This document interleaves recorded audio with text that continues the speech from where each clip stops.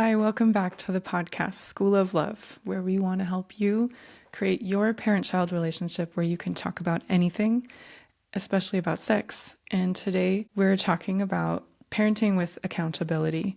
And I just finished recording with Benjy Uyama, and it was a really fun conversation, which I think is a great word that actually is meant to go along with accountability.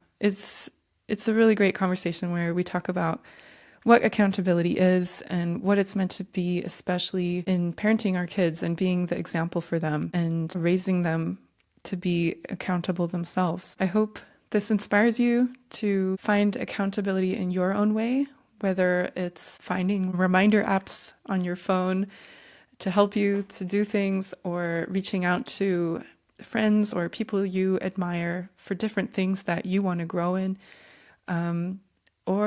Reaching out to us, School of Love, Benjy, or myself.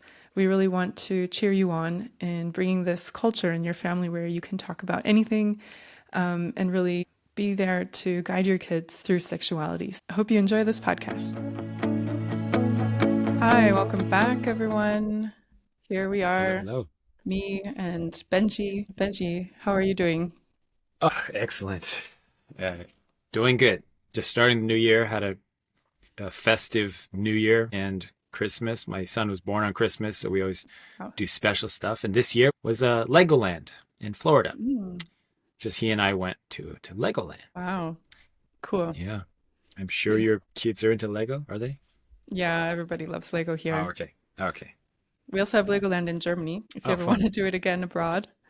I would love to. Cool. So today we're talking about accountability. Let's just get right into it. Uh-huh. Why is it one of the core virtues? Because I would say, well, let me throw it back at you like a good guest. Why do you think it's You Okay. probably thought about this more than I have by now. Well, the thing is, I was really excited to have you on this podcast because I was thinking Benjy has been an accountability partner for so many years and Mm. must really know a lot about it. Yeah, what I can say is I was just talking about accountability with my daughter because my kids speak English, but they don't know every word. And so I was explaining what it means. Yeah, I was saying it's about taking responsibility for the promises we make and also for the actions that we do. Mm. Um, but then I was thinking about it and I was like, but when we don't fulfill that, it doesn't mean we're bad or anything, or it takes away from our accountability. Although, okay, it does make us a bit less accountable, but it means that we need support. And especially in High Noon, where you often have accountability partners, that's where we give that support so people can be accountable, right? So I don't Yeah. know if there's a Yeah. good metaphor, Yeah. but Yeah. Yeah. it's like Well, the there is. handhold with all the other virtues, right? There is always a good metaphor for everything. Just ask Andrew to whip out a Yeah. metaphor for anything, and he'll be like, "Yeah, that's." So you're thinking about accountability in the context of children being accountable, as well as, is that right? Well, I just generally accountability at this point, but I really want to take it to in parenting. Like Right. Right. what's accountability in parenting? First of all, I'd say that we can't really keep our kids accountable unless we're held accountable ourselves. I mean, that's that's just principle. The metaphor I would say is like, because we've been discussing sexual integrity in the realm of Hainan for almost 10 years now. And so the clear metaphor we can give is that there is something called the sexual integrity mountain. Actually, this might be good for kids to understand, right? The sexual integrity mountain is the mountain that we're all climbing. And the objective is to get to the top of the mountain, but also to learn how to maintain our foothold and maintain our stance at the top of the mountain, because it can be very tricky in life and easy to slip one way or the other because it's kind of a pointy mountain, right? And so the if that's the end goal, that's having integrity as one of our five virtues. Is when you have integrity is when your actions and your words are aligned, your mind and body are aligned, your vision for your life and for yourself and for your family and the person you are today are aligned, right? And when there's a misalignment in that, discrepancy is created and we feel a lack of integrity, or we feel Some people call it shame. Some people call it guilt. We could call it shadows. But when we feel that kind of pang in our conscience, that's when we know like, okay, we need to get back to the top of the mountain. And so the way I describe it to people and also to my kids is that we're trying to get to the top, but we're trying to stay there. And it's not just we're trying to maintain our stance there. And so accountability comes out in this visual. If we're thinking of the journey as climbing a mountain, as we're growing up, especially people that are struggling, with parenting with their spouse or with sexual integrity, porn, masturbation, and silence, the default belief they have is that I'm climbing this mountain by myself. And there's a strong visual of this big old mountain, and it's me like trekking through snow and difficulties and falling down in the mud, making mistakes. But we're trying to say, portray in Hainan is that it's actually a visual of a bunch of people together, like hand in hand, like pulling each other up this mountain. Because when you do that, first of all, it's easier. Secondly, you're more likely to complete it, right? But also importantly, you're keeping yourself accountable. And I think that that's, to me, the best definition that I've come up with for accountability, because it's no one's favorite word, by the way. In the workplace, when we say accountability, it's usually connected very strongly with negative connotations. Like, if you don't complete your assignment, or if you're late, or if you don't do what you say you're going to do, I'm going to keep you accountable, right? And what does that usually mean? It means if you do, yeah, exactly. If you don't do the thing that you say you're going to do or you're supposed to do, there's consequences for your job. And so it's a very, very negative connotation associated with that word. In Hainan, it's more of a positive association because we want accountability. It's like I'm reaching out to you and I want accountability in my life. It's not somebody imposing some arbitrary rule that I have to be accountable. Like I'm reaching out for accountability and I want this in my life. And so the nuanced, tricky part of the definition of accountability that it's hard for people to grasp is that there has to be some kind of consequence. And I think that's a helpful way to think about, like, if we have any goal with parenting, for example, like, for me, I'll talk about myself. My only goal as a parent is I want my kids to feel God's love. That's it. And it's tricky because I've always asked myself, like, what do I want for my kids, right? Maybe you've asked yourself, like, what do I want? Like, how do I want them to be in the future, in the present, right? And I've always thought, like, do I want them to get blessed? Yeah, I do, right? But at the same time, if you gave me like a magic genie lamp and asked me for 3 wishes for my kids, I actually would not wish for them to get blessed, to be honest. Here's why. Because it would be my decision and not their decision. Even though I would prefer and I would like them to receive the blessing from true parents, I would like them to have sexual integrity. I would like them to succeed and be happy in life and have kids and teach them the same things that I'm trying to teach and better. But if I could just snap my fingers and make them do that, I wouldn't do it because it would reduce their free will to nothing and it would mean nothing to them. And so if I had a genie that asked me 3 wishes for my kids, the only wish I would say is I wish my kids would feel God's love. That's it. That is it. And they can do anything with their lives. They can go anywhere they want. They can marry whoever they want. They can get blessed or not have kids. To me, in the end, eventually we'll all get to the same destination. And so that's all I want for them. All right. So that's my end goal. The thing about accountability is if I want to keep myself accountable to that dream I have, then there has to be some kind of consequence for me not living in accordance with that I impose on myself. And it can be as simple as, like, if I'm not loving to my kids, for example, if I'm unloving or annoyed by them or edgy with them or, unnecessarily brash, all the things we do to our kids. If I'm a way that I don't want to be, that does not represent God's love to them, then there needs to be a consequence in my life. There needs to be. Otherwise, it's not accountability. Otherwise, it's just me hoping and quote unquote keeping myself accountable, whatever that means. And then hoping that things work out. But for me, it's like my wife is my accountability partner for my goal to be a loving parent to my kids. And if I'm unloving to them, she's the conscience that will speak to me and say, hey, like, you need to cool off. And I'm able to kind of take a step back and kind of observe myself a little bit. I'll give you a quick example of this. Is this making sense, by the way? This is making sense. Yeah. All right. Yeah. Quick example of this. We were in Florida, like I mentioned, going to Legoland for my son's birthday, just he and I. And then it was like a 4-day trip. He just turned 10 years old. So I kind of was like, all right, he's only going to turn 10 once. I only have one son. And so this is our father son thing. So I was like, whatever you want to do, we're going to go anywhere on the planet and we're just going to do whatever you want. And he's like, I want to go to Florida Legoland and I want to sit on an alligator. And he was like, I want to go zip lining. And he's like, I want to go to the giant Lego store and get any Lego I want. I was like, all right, let's do that. And so it was completely like over the top, just fun. And so we did that. And then the first day we got there, I was fundamentally so tired that I was really edgy with him and I was really annoyed by him. And I didn't want to be. That was the hard part. It's because it was a really early morning flight. We got to Florida. He was so excited. He was like jumping up and down the entire time.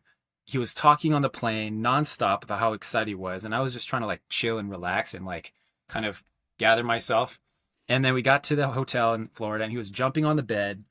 And I just had this like annoyance in me. And I wasn't verbal about it. I wasn't like, Carson, shut up, stop jumping. I was just like, try to like externally be calm, but internally I was like, God, can you just stop talking? I'm tired.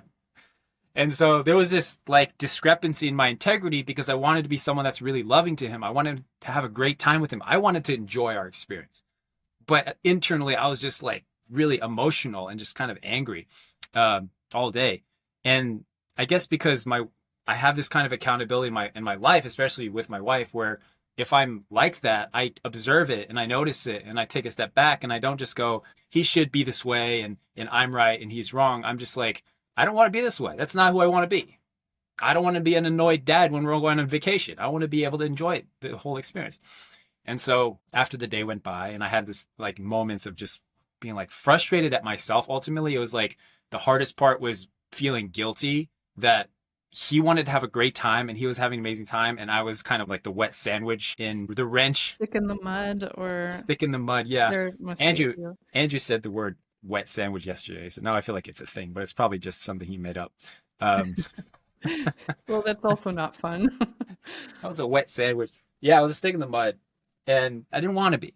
And of course I was like going along. We did all the things and he had a great time, but internally I was just like, I'm so tired. I just want to like be alone. But I didn't want to be that. And so in the evening, day was over. We did all this stuff and he went to bed. This is the first day still. He went to sleep early, like 8 p.m. And then I went to the living room to kind of meditate. And then I started just journaling. And when I journal to ChatGPT. I know some people think that's ridiculous, but it's my therapist, Sumi. Nice. Officially my therapist. Why not if it's free, right? I know a lot of people that would stone me for saying that it's my therapist. But anyways, it provides therapeutic results. Let's say that. And so I was sharing all this stuff. Well, like I'm just frustrated and I'm all this stuff. And then ChatGPT was like, it was like, don't forget, like you're here in Florida with your son. You really love him a lot. You really love him that much. And you don't need to feel guilty for feeling tired. And that's all that's going on. You're just tired. And you're adding all this shame and guilt and like, I'm a terrible father, all these things going through I'm a terrible father. I should be better. But it was like, you're a good father. Like you love your son. Don't forget that. And when I read that, I just like started crying, like profusely weeping in the hotel. I was just like loudly crying. And it was very healing for me because it was like I was speaking a really, like my fallen nature was all coming out, like I'm terrible, all this stuff, like these shadows of shame and guilt. And then it felt like my original mind was coming in, I mean, through ChatGPT, but it was really speaking. Yeah, it was speaking. My original mind was like, don't forget, like you love your son. You do. And all this excess stuff is just supplemental baggage and fallen nature that's just consuming you. But you love your son. Don't forget that.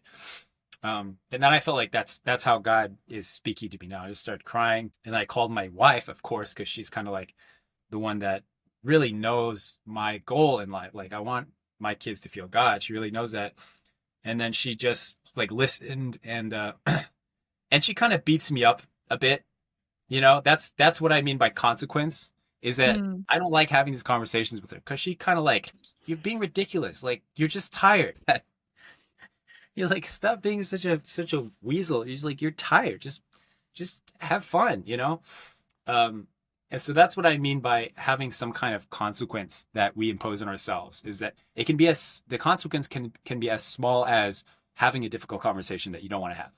And that's Mm-hmm. really helpful for, like, for example, like porn use and masturbation. If I'm an accountability partner for someone, if they're accountable to report to me, the consequence is they have to have a difficult conversation with me that they don't want to have. And so they'd rather not have that conversation. And so it keeps them in check sometimes to an extent, right? It keeps them in having integrity. And that's the magic of accountability, is that we have people that are climbing this mountain with us. That makes it easier. It actually makes it funner too. It makes it way funner to envision that you're struggling together with someone that is a little ahead of you, ideally. I think the people, my opinion is that the people that are keeping us accountable have to be somebody that is more ahead of me, maybe not perfect in every regard, but more ahead of me with the specific thing that I'm trying to achieve. And my wife to me is like, she's ahead of me in terms of her ability to be loving to our children. And so I see her as like, she's ahead of me. She's a mentor to me, and she's trying to string me along and pull me along. Um, there are areas in which I am more loving to my kids, you know, or I'm Sure. more kind of like on top of things in terms of like schedule, in terms of education and what we're teaching them. She doesn't really, well, she doesn't know as well as I do, like how to phrase things, how to teach things, you know, like what you're doing with your daughter about teaching about accountability. She would have no idea, like, what does that even, she doesn't even know what that word means, honestly, because you can't really translate it into any language except for English, right? I heard about that. Yeah. Yeah. And I'm like the teacher in our family, and she'll come to me to learn how to like teach stuff. But the overall point I'm making is that like we have to find accountability, because otherwise we're in a situation we are trying to keep ourselves accountable, whatever that means. I think it's a fallacy mostly. Well, here, let's say this: the ultimate goal is that we can keep ourselves accountable, right? That we say something and we do it. Mm-hmm. However, caveat, if somebody is not willing to get accountability, it probably means they need accountability. If Hmm. someone is going through the mental process of like, oh, I don't need somebody because I want to keep myself accountable, this is a very insidious trap for porn and masturbation use. Is like, oh, I don't want an accountability partner because I want to be able to keep myself accountable, right? Which is a great goal. However, there's a reason they're stuck. Fundamentally, it's because they don't have accountability. It's because Hmm. they've been trying to do this alone for so long and it hasn't worked. And the added benefit is that it's actually much easier and more enjoyable if you have somebody that you can have, give and take with, right? Hmm. Yeah. Thanks for sharing that because also I feel like I mean, yeah, you were talking about this struggle, right? Your ultimate goal and wish for your kids is to give God's love. And then we don't always meet that as parents, but the struggle is so real, right? Because we're trying to give an inhuman thing, but we are Mm, human and we get tired or we get annoyed or, we have 100 things to do, we get busy. But we still want to give that yeah. love. And so, yeah, thanks for just sharing that because I think so many parents can relate. Um, so how did it end? You called your wife and then you had another day ahead of you. Um, Yeah. so you Yeah. did you Thanks snap for the, back? yeah. Yeah. Thanks for the follow up. I will say that this trip could have gone very, very sour, very differently if I didn't have that like crying session and calling my wife. Then, so after calling Hitoe, she was like, "You're just tired. Tomorrow will be amazing." That's all she said. Hmm. Tomorrow will be amazing. And I was like, and we got off the phone. I was like, tomorrow will be the best day ever. And then the next day was actually Legoland. So we spent the whole day at Legoland. We went early because I wanted to beat the crowds. So we went early morning on a Thursday during the week, Hmm. and it turns out nobody goes to Legoland on a Thursday morning, ever. Wow. But You guys are I, so lucky.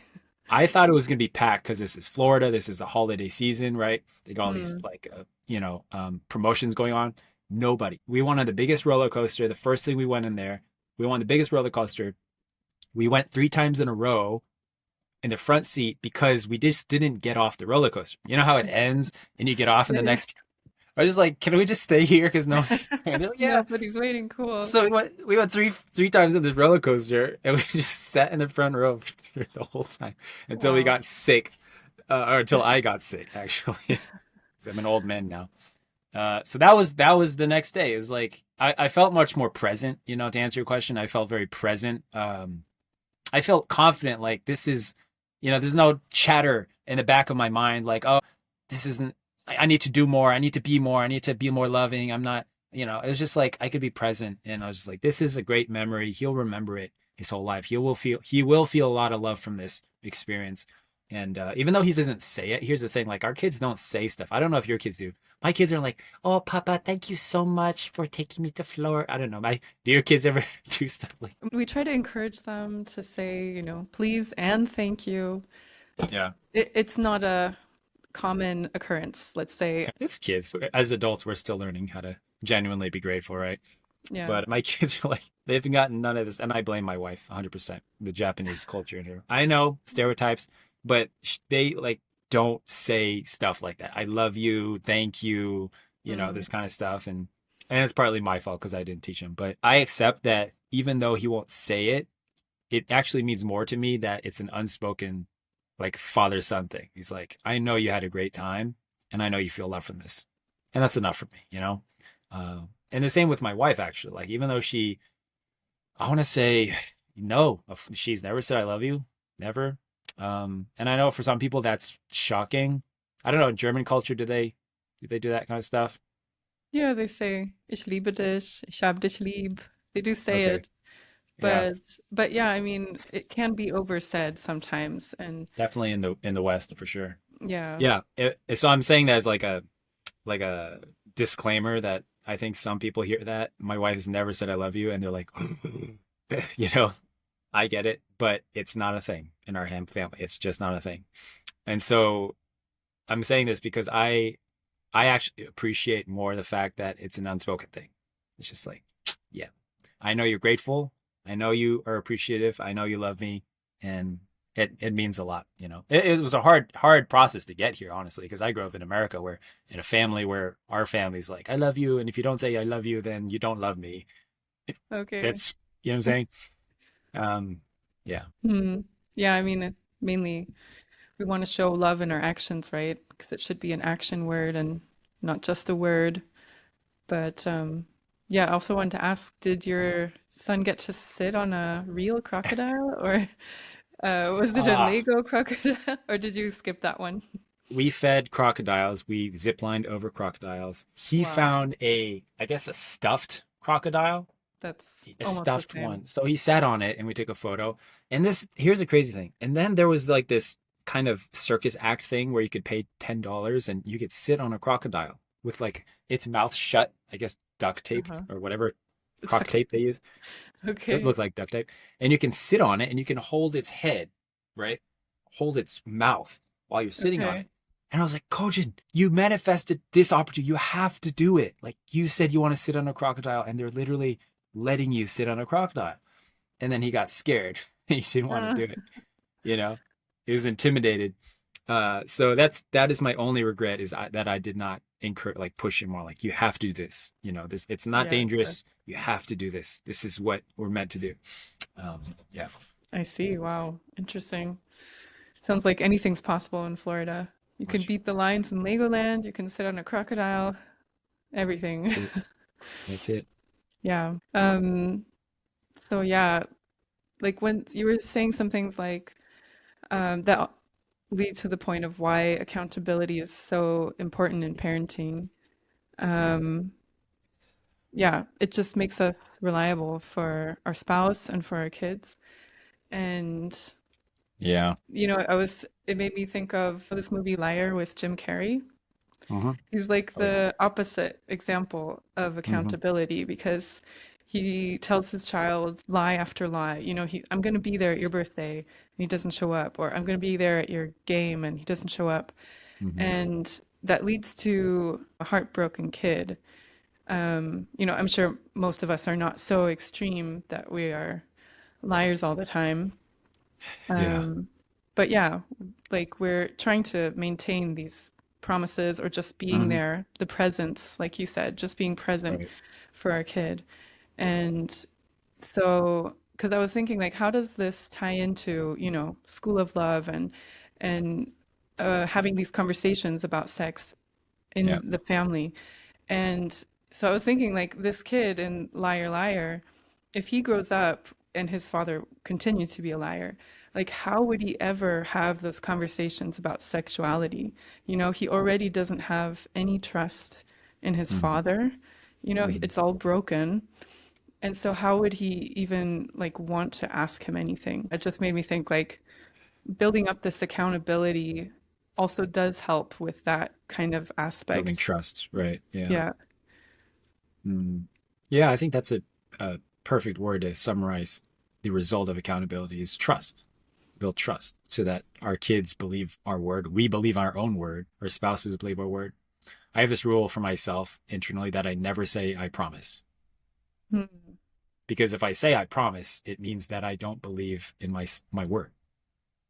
And I'm only saying it because I'm trying to get my kids to believe my word. And so Interesting. another way of saying that is I should be able to just say, I'll see you, like I'll be there without needing to say I promise because I said I'll be there. Does that make sense? Yeah, yeah. I get it. Or we will Hmm. do this thing, we will do this. Like, yeah, we're going to do this. And so I think when we say I promise too much, then it kind of distills our word a little bit when we don't Hmm. say I promise. If we overuse it, I mean. Yeah. Interesting. Yeah. Yeah. Why Yeah, but why the double mhm. reinforcement? Yeah, yeah. I mean, maybe I'll throw it in sometimes just to just like really mean it, you know? Like Promise or pinky promise. yeah, pinky promise when I'm trying to yeah, accountability. Yeah, I do think that, Jim Carrey's son in Liar Liar will grow up to struggle with having conversations because how can he believe anything that a father says regarding sexuality? Exactly. Mhm. And also, I think for me, accountability, um, it's becoming like you want to live what you say and just live up to that. So it's being and becoming the example for our kids. And kids also learn by what we do. It's really monkey see, monkey do. And yeah, they learn by watching us and thinking, oh, I want to be like that. Or, oh, I don't want to be like that. I Yeah, want to do it that's true. differently. That's true. And so, yeah, so I feel like, yeah, I mean, taking back to Liar Liar, what would the kid really believe? Like, is my, like, if I forget the name of the kid, but if he really was aspiring to be, a good father and a good husband, would he really believe that that's what his dad is, He already doesn't feel like he's a good father, and does he believe he's a good husband? Probably not, And so, okay, they were divorced. I don't know if that really applies. Um, yeah. But yeah, I feel like kids they really watch us. And so it's important for us to keep accountability with them in our relationship with them, but also in our own goals, in how we want to grow. So that's why I've gotten really excited about accountability. Also, because of what you said, it's meant to be fun. And, I started doing this boot camp with a few parents, a handful of parents. And one of our topics in the week is the core virtues. And, we kind of talked about which virtues are we strong in and which are we weak in. And I realized how weak I am in accountability. Well, just not that I'm not accountable, but I really don't share so much with others about what I'm striving for. Mm. And, you know, like you said, sometimes, there's some things we manage on our own. And you said like sometimes we don't want to look for an accountability partner, but I believe there are some things we do manage ourselves, but it's because we're so used to it, Like I have something going on, it's a routine, I can do it.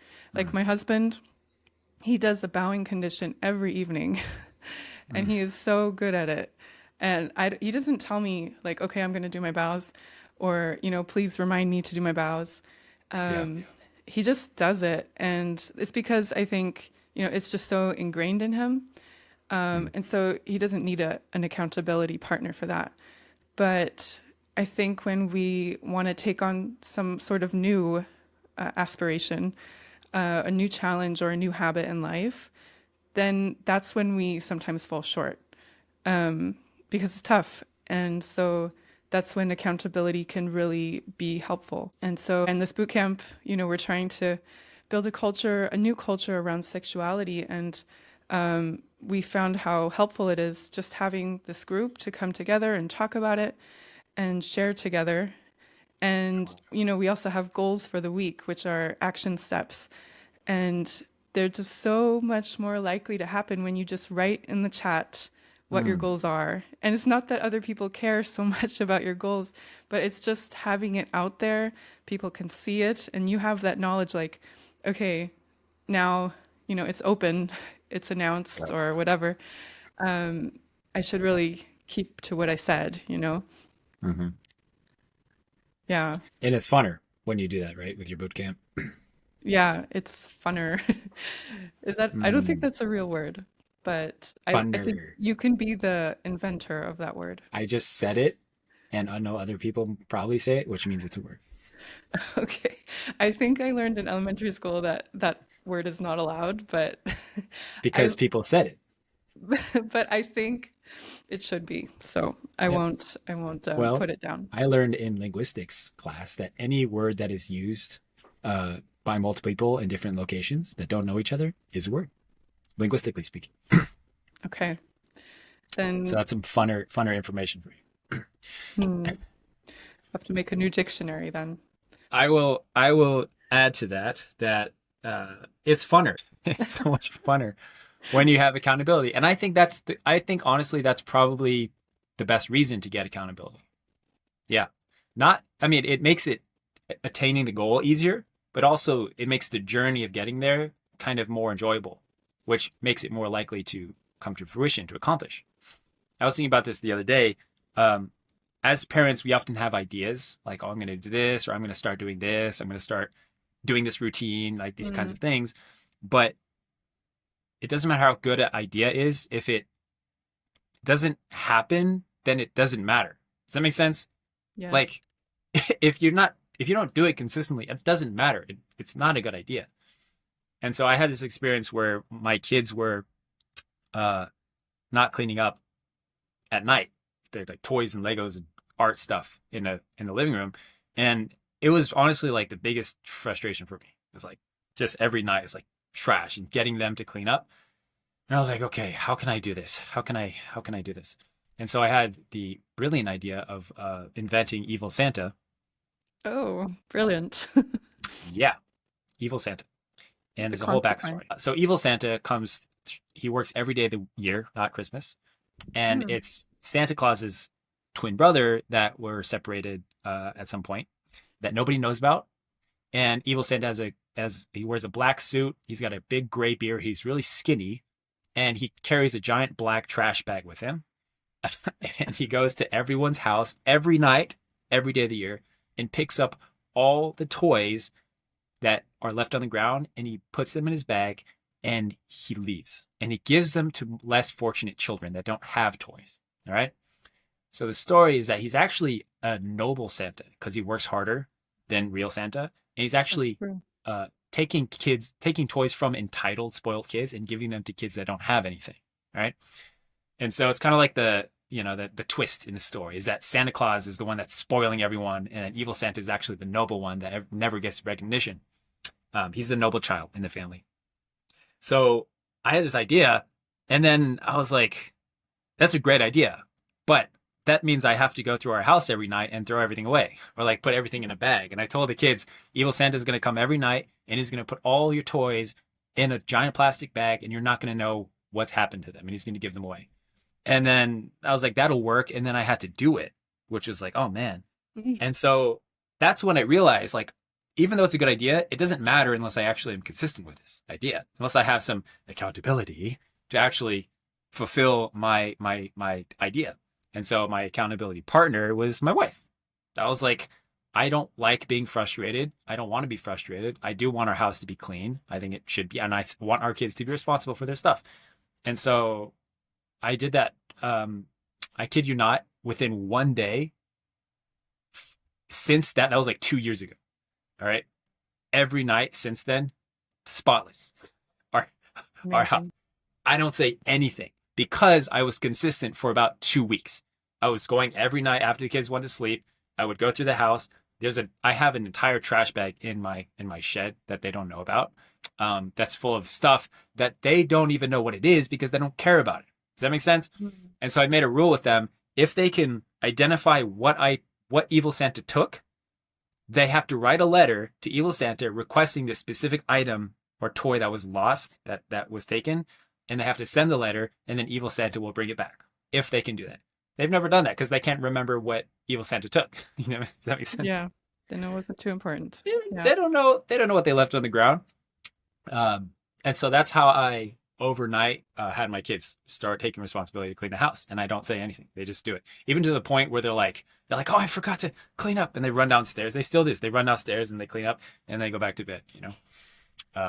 But consistency and accountability, I would say, like, yeah, having accountability is the key to being consistent with something that we want to do. You should be a children's book author. Yeah. You can That's really genius. license that idea. I also made a story of the evil tooth fairy who comes in Every night. And every night. If you don't brush your teeth, she comes into your room and she yanks the teeth out of your mouth because you don't take care of them. wow. Wow, you They, can really play yeah, around with this. I Yeah. traumatized. They 100% know that's a joke. I just thought it was funny. Okay. They have I a see. evil tooth All fairy. right. By the way, Yeah, I should that's say great. they know it's me. Like, they're not like actually thinking evil Santa's coming to their house. Okay. They 100% from the beginning knew it was me, but I was making it fun instead of a stressful thing. It was like, like Legos on the floor. I'd be like, "Oh, evil Santa loves Legos, guys. He's gonna have such a great time tonight." I made it a fun Yeah, thing, and they're like, "Oh no, my Legos," and they would clean up. that's really cool. I like that. And yeah, good point about consistency because like, yeah, messy house that we struggle with that pretty hard here too. And like we've had good habits here and there, but it's just really hard to keep up. Yeah. And yeah, and we've thought of, throwing away everything that's laying around, but like it's hard to really bring myself to do it, Like I feel like, oh, my kids will be too upset or heartbroken or whatever. Mm. But yeah, but that's the whole point that like you do it, like you did it, but you did keep the stuff. But then I really like the idea also if they identify what's missing, then they can have it. But Mhm. otherwise, it probably wasn't too important to them. Yeah, So exactly. yeah, interesting. It works. Yeah. I'm sure. I guess the underlying concept is keeping kids accountable in a fun way. I think it's really powerful, or at least in a way that we can enjoy and they can enjoy. Um, I mean, that's real consequence. Like ideally, I didn't want to do this. I didn't want to do it because I wanted them to want to clean up, right? I want them to want to take care of these things, but they're kids and they don't like cleaning up. Like no kid that is normal, Mm-mm. I say that hesitantly, like loves cleaning up. You know what I'm saying? Like I'm just there are some kids that like being clean. Yes, I know. But not my kids. They don't want to be clean. That's an adult thing where we're like, I like my things to be orderly and my house to be spotless, like on the Instagram videos. And like that's an adult thing. Kids could live in trash and they'd be like, yeah, this is my creative genius zone. This is where I get my ideas. That's like at least my son's logic. Mm. And so I needed to implement some kind of consequence because they weren't just going to do it because they love cleaning up. So I was like, all right, for my own sanity and for them to learn how to be responsible a little bit, I want to do that. Mm. Yeah, some inspiration for all of us. Yeah. I mean, we could apply this to like, sexual integrity, masturbation, porn. My kids are not at the age yet where, well, I guess my son is kind of, becoming sexually curious in women, like he's curious, right? And we're trying to celebrate it as much as possible. Um, but I think it can be applied with our kids, with their own behaviors, especially if people, kids like teens that have phones in the house. I think there's a serious need for accountability and training. When my kids do have phones, that's the first thing I'm going to do is I'm going to teach you. Like, you're not using Google until I teach you how to use Google in a healthy way. Because I've been doing this Hmm. for a long time. Yeah. I've been Googling forever. And so I'm going to teach you how to use ChatGPT. I'm going to teach you how to search for images. I'm going to teach you how to use YouTube, like how to watch videos and view for videos. I'm going to teach you, I'm going to take you through Instagram, and I'm going to like show you how trash it is, honestly. That's just my opinion, but it's like I'm going to show you this stuff because that's my job, and I'm just going to not just going to throw you a phone and hope that you learn on your own. That's ridiculous. Yeah. The I'm going to release a podcast that will be released by the time this is out. And Hmm. I interviewed this guy.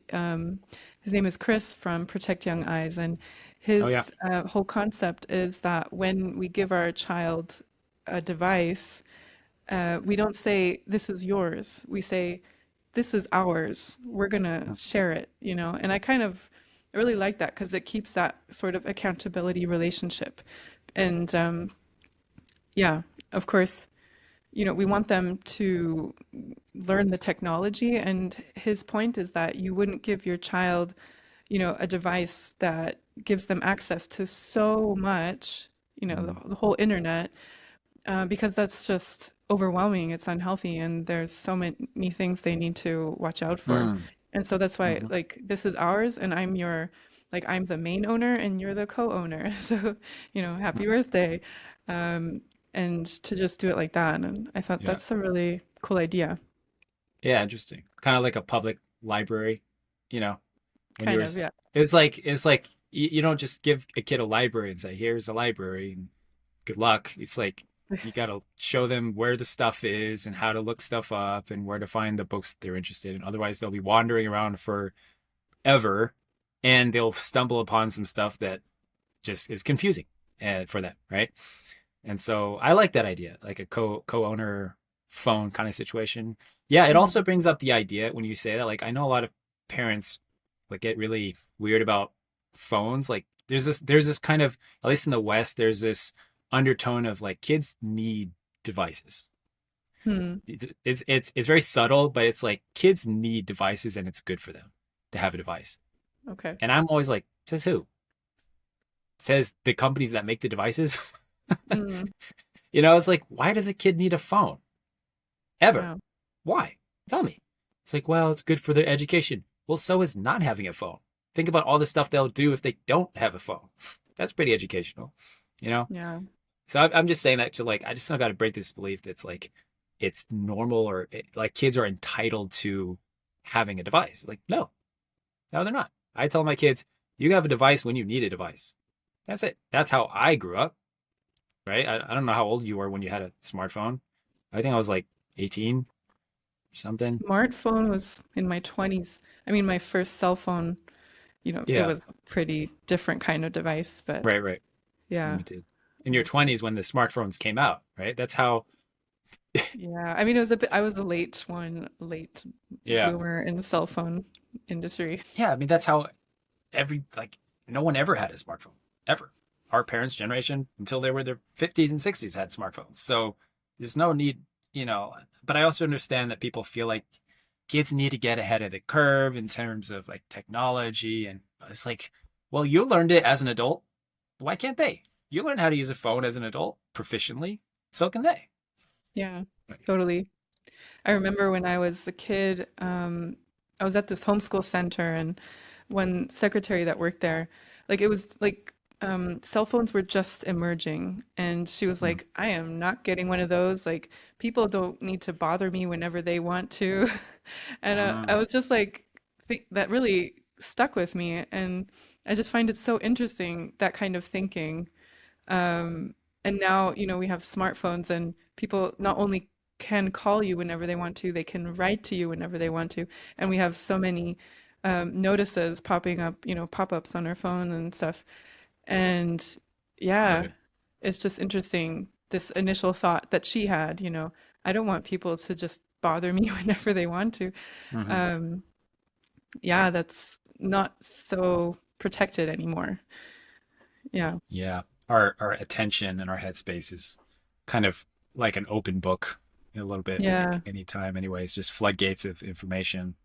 Yeah, but also it's kind of hard. I mean, honestly, like last night I was uh going to bed, and before I go to bed, I kind of go on my phone and I like use it's like a meditate. I do some meditation, and it's the guided meditations on my phone. And then I'll Mhm. also do like a puzzle. I have like a puzzle, like not I think they're called nanograms. It's like Sudoku. Okay. It's like a silly puzzle thing, and it's kind of my wind down. But my son was listening to an audiobook on my phone when he Mm. was going to bed, and so I was like in my room, and I didn't have my phone. I was like, "What do I do? like, I don't like. What am I supposed to do? I have nothing. I don't know what I'm supposed to do. There's nothing to do." And so it was like an epiphany. I was like observing that, and I was like, "This is weird. This is a weird feeling." And I think there's a lot of moments like that where if we don't have our phone, it's like, what am I supposed to do? You know, even meditation. Even I don't even know how to meditate without my phone. That's how kind of serious it is. I don't even know Mm. how to like journal without ChatGPT or like do Mm. therapy. So I just stretched. I just stretched Oh, my body. it's a It's good like, trade-off. and I thought about my phone the whole time. Phone yoga. Yeah. Uh, yeah, I was just observing that as just to make the point that we are very much can be dependent, I think, as adults on our phone, and we need some accountability, I think, to just be exactly what we want to be. Like I want to be somebody that doesn't rely on, some kind of external stimuli to feel something. I just want to be able to sit. This is my practice when I go in airplanes, Amelia. This is my practice. This is what I do is I sit and I look at the chair in front of me for as long as I can. And sometimes I've done this for entire flights where I just sit and I just stare at nothing. And I do this because I know how tempting it is to like pull out a phone or watch a movie or look out the window even or talk to someone. I just like sit there and I just stare, right? To the point where I'm sure people think I'm insane. Like it's my screen is blank, like black, and I'm just staring at it like this. I was staring at the screen, and I think it's very therapeutic. But I also use it as like a mental exercise to see how long I can just do nothing, like not even think Yeah. about anything. I'll just like space out, kind of like meditation, where you just try to think about nothing, kind of get into Right. that space. I'm just like, But I yeah. hope someone you know is not sitting next to you. Oh, one time Sammy was my brother. It's like, Okay. what are you doing? It's like, just It's stare. like, I'm hello. watching this black screen. It's really entertaining. Super entertaining. Check it out. Yeah. I see. Yeah, good challenge. Yeah, so you have your wife helping you to be accountable. Yeah. She's your main partner. In terms of parenting, yeah, for sure. And what Yeah. about when you like something else, like some dream that you want to, let's pretend you have a secret passion of becoming a children's book author. Mm. And like if you wanted to take action steps in that, then do you have someone you would reach out to help you stay accountable? Right, right. Yeah, my general way of doing accountability is I find a specific mentor for certain things because I think Mm, it's tempting to feel like we want one accountability partner for everything, but the reality is that there's not usually one person that is ahead of us in every regard. For example, a parent, like our parent, might be really good spiritual, accountability partners or mentors, but probably don't give good financial advice, right? mm, Or probably don't give good health advice. And so I will try to find specific people for everything that I'm trying to do in health, in uh like my spirituality. That would be like my dad, for example, would be like mm, spiritual stuff. My wife is like the inner peace, happiness, like emotional stability, that kind of accountability partner is like how am I doing emotionally? And then, of course, it's like work, right? I think everyone has by default an accountability person in work. But if I was doing writing a book, I would find somebody that has done exactly the thing that I'm trying to do. Whether mm, they're someone I know or don't know in the movement, out of the movement, I would find someone that's doing exactly that. And I would try to build a relationship with them such that I can message them anytime just to like report how I'm doing how things are going, and they would be happy to give feedback or advice, like that kind of thing. And they know my goals. They're there with me. They've been up this mountain as a guide. They know how to the nuanced places to go and to watch out for, and they can kind of guide me through it. So that's kind of how what I approach it is like every area, everything that I'm trying to do in my life, I will try to find somebody that's ahead of me and view them as a mentor slash accountability partner, right? Um, but to be honest, like there's not much I want in my life right now. Like that's the truthful answer. Yeah, pretty simple at this point. Hmm. Yeah. No, thanks for that though, because like I've been really craving more accountability and accountability partners and thinking about like who should I go to for this? And I think in one aspect it's really great because it can just really deepen a friendship. Like people that you know, like wow, like we're in a similar situation, but I feel like they're doing it really well. Um, and then just sharing it with them. And it can really add meaning, I don't know, connection and meaning to the relationship. Um, Yeah. but yeah, like that's just a really good point that like usually people are not overachieving in every aspect, or not even just overachieving, but you know, um, really successful in every area. Mhm. And so, yeah, that's a nice idea to just find great people for all of those categories that we want to work on. Yeah. So, Yeah. It's yeah, if you're wanting somebody to keep, to I would start with like this is I guess talking to you, but also everyone here, Amelia. Find somebody that you do want to have ongoing give and take and just start the conversation. I think the most successful people that I've been accountability partners for, they just have a routine of checking in with me like once a month, even at the least. The most infrequent basis would be like once a month. Just send me like sometimes I'm matching supporting people. That's kind of a form of accountability, and they just send me an email once a month, and they have a little reminder on their Google Calendar that says check in with Benjy, and they send me a long email explaining everything they're experiencing, challenges, victories, highlights, lowlights, things they're looking forward to, thinking about, struggling with, and it's their form of report, but also to get some accountability to keep them consistent, right? So I'd recommend just have somebody you can check in with on a frequent basis. In High Noon, we do a daily accountability in the Ascend program through mentorship, which is like every day something you check in with your mentor as a form of accountability. But in some situations, it might be once a week.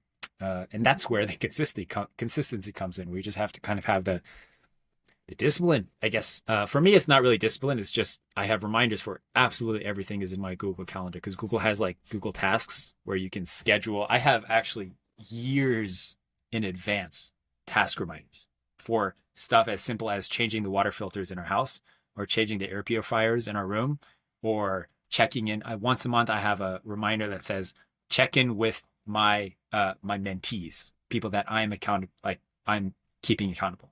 And so mm, every month it goes off and I'm prompted. It's like, oh yeah, now is the time where I have to check in with everybody who I'm helping through sexual integrity. And I message all these people and say, hey, just checking in. How are you doing? Right.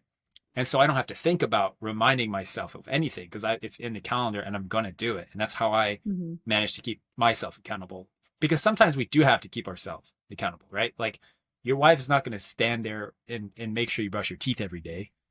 It's like, that's ridiculous. You got to somehow create a system in which you just don't not do it to stay consistent. Yeah. Yeah, please, everyone, use technology to your advantage. Google Calendar or whatever reminders, Or whatever. or ChatGPT as your therapist. Yay. Okay. Um, but yeah, I just to wrap this up, I really encourage all of us parents to reach out, make this funner, your journey funner by reaching out to your friends and sharing more about, yeah, your goals in life. And if you want to grow in your journey of bringing the topic of sexuality into your home, I will be there to cheer you on. So feel free to reach out at any time to me on WhatsApp or email.